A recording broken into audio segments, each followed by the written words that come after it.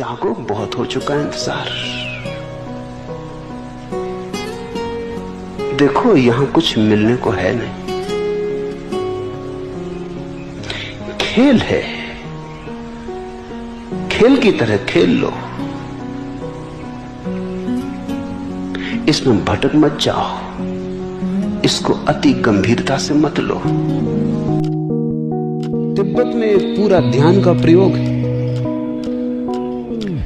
जिस प्रयोग में शिष्य को 1000 बार गुरु के सामने झुकना पड़ता है, 2000 बार, 3000 बार, 5000 बार। गुरु बैठा है अपने कमरे में, शिष्य बाहर है, काम कर रहा है, लेकिन उसको दिन में 5000 बार गुरु की दिशा में साष्टांग दंडवत करनी। क्या राज है उस 5000 बार झुकने का? और इतना ध्यान लग जाता है उस झुकने से, कुछ और करना नहीं पड़ता, बस इतना याद रखना है कि 5000 बार दिन में झुक जाना है। ऐसा भी नहीं कि गुरु के चरण वहीं हो, मील 2 मील दूर भी हो सकता है शिष्य, लेकिन जिस दिशा में गुरु है उस तरफ झुकते रहना है। गुरु से कुछ लेना देना भी नहीं है, गुरु तो बहाना है, असली बात तो झुकना है। गुरु तो खूंटी है, कोई भी खूंटी काम कर देगी, झुकने को टांगना है। पश्चिम के लोग बड़ी मुश्किल में रहे क्योंकि वो समझ नहीं पाते। हिंदू देखो सूरज के सामने सूर्य नमस्कार कर रहे हैं, सूर्य को कुछ नमस्कार करने से होने वाला है? वो कोई सवाल ही नहीं। नमस्कार करने की कला है, उसको सीखना है। सूरज भी काफी ठीक है। सूर्य नमस्कार ध्यान का एक गहरा प्रयोग है, सूरज के कारण नहीं। अगर तुमने सूरज के कारण समझा तो तुम भूल गए झुकने के कारण। तो पहला कदम है कि झुको, फिर दूसरा कदम है कि नीचे होने में कुशल हो जाओ। तब सारा संसार तुम्हारी तरफ बहता रहेगा, तुम्हारी संपदा का अंत न होगा। तुम कितनी ही उलीचो और बांटो अपने आनंद की संपदा को, वो बढ़ती ही जाएगी, क्योंकि तुमने गड्ढा बना लिया। अमृत चला आ रहा है, तुम दोनों हाथ उलीचते रहो, कुछ भी चुकेगा ना। जितना उलीचोगे उतना पाओगे बढ़ता चला जाता है। इस तरह वे खड्डों घाटियों के स्वामी बन गए। लोगों के बीच प्रधान होने के लिए किसी को उनके अनुगति की तरह होना चाहिए। अगर तुमने लोगों के आगे होने की कोशिश की तो लोग तुम्हें पीछे पहुंचा देंगे। लोग यानी अहंकार से भरी हुई प्रतिमाएं पागल है। तुमने अगर आगे होने की कोशिश की तो घसीट के तुम्हें पीछे कर देंगे। तुमने अगर पीछे होने की कोशिश की तो वो तुम्हें सिर आंखों पर उठा लेंगे। जब तुम उनके अहंकार पर चोट नहीं करते तब वे तुम्हें स्वीकार कर लेते। जब तुम उनके अहंकार पर चोट करते हो तब उनका अहंकार प्रतिशोध से भर जाता है। और लोग तो पागल हैं। लाओ से कहता है, अगर तुम चाहते हो कि सच में ही तुम लोगों के आगे हो जाओ तो कला है पीछे हो जाना। लेकिन यहां एक बात समझ लेना कि अगर तुम आगे होने के लिए ही पीछे हो रहे हो तो तुम चूक जाओगे, क्योंकि वो तो कोई बात ना हुई। तुम किसको धोखा दोगे?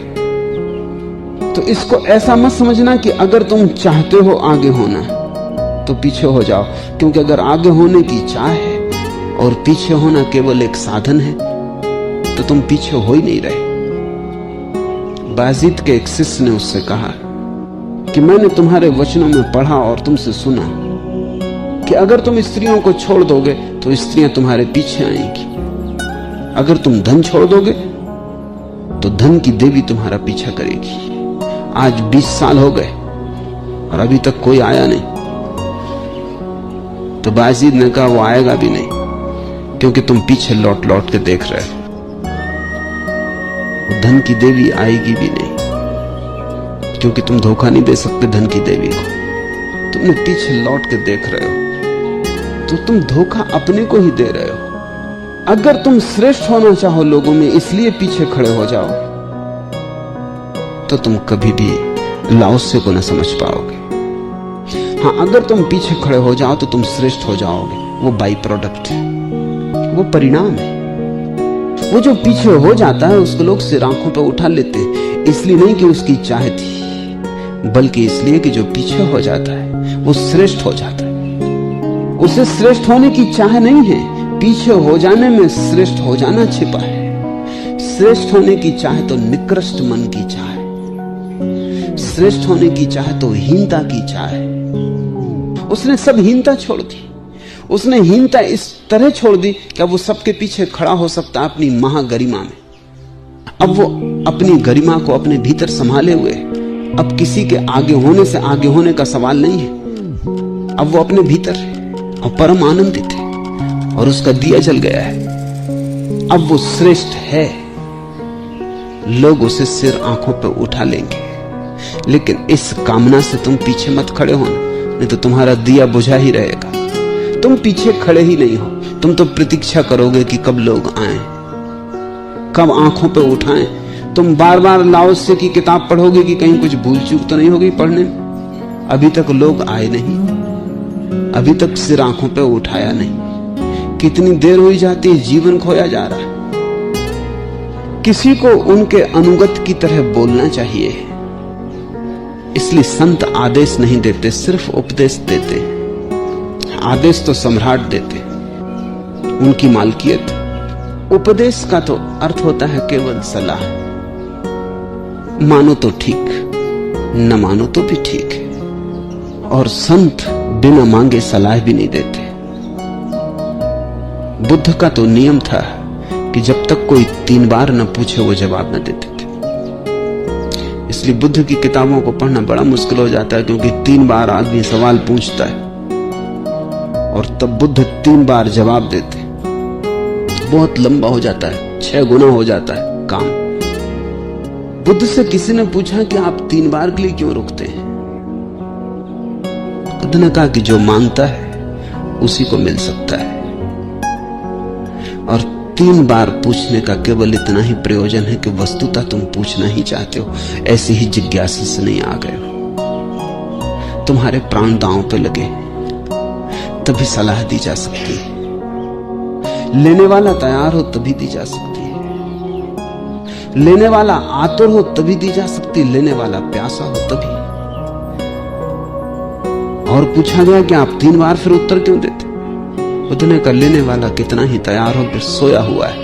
एक बार में न सुन पाए, शायद दोबारा सुन ले। दोबारा न सुन पाए तो शायद तीसरी बार सुन ले।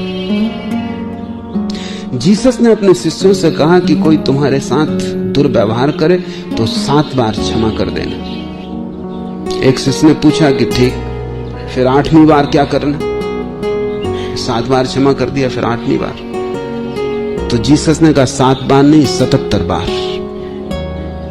और अगर तुम पूछोगे 78वीं बार क्या करना, तो मैं कहूंगा 777 बार, क्योंकि वो तो बात ही ना हुई। तुम समझे ही नहीं, चूक गए। 7 बार तो सिर्फ प्रतीक है क्षमा कर देने का।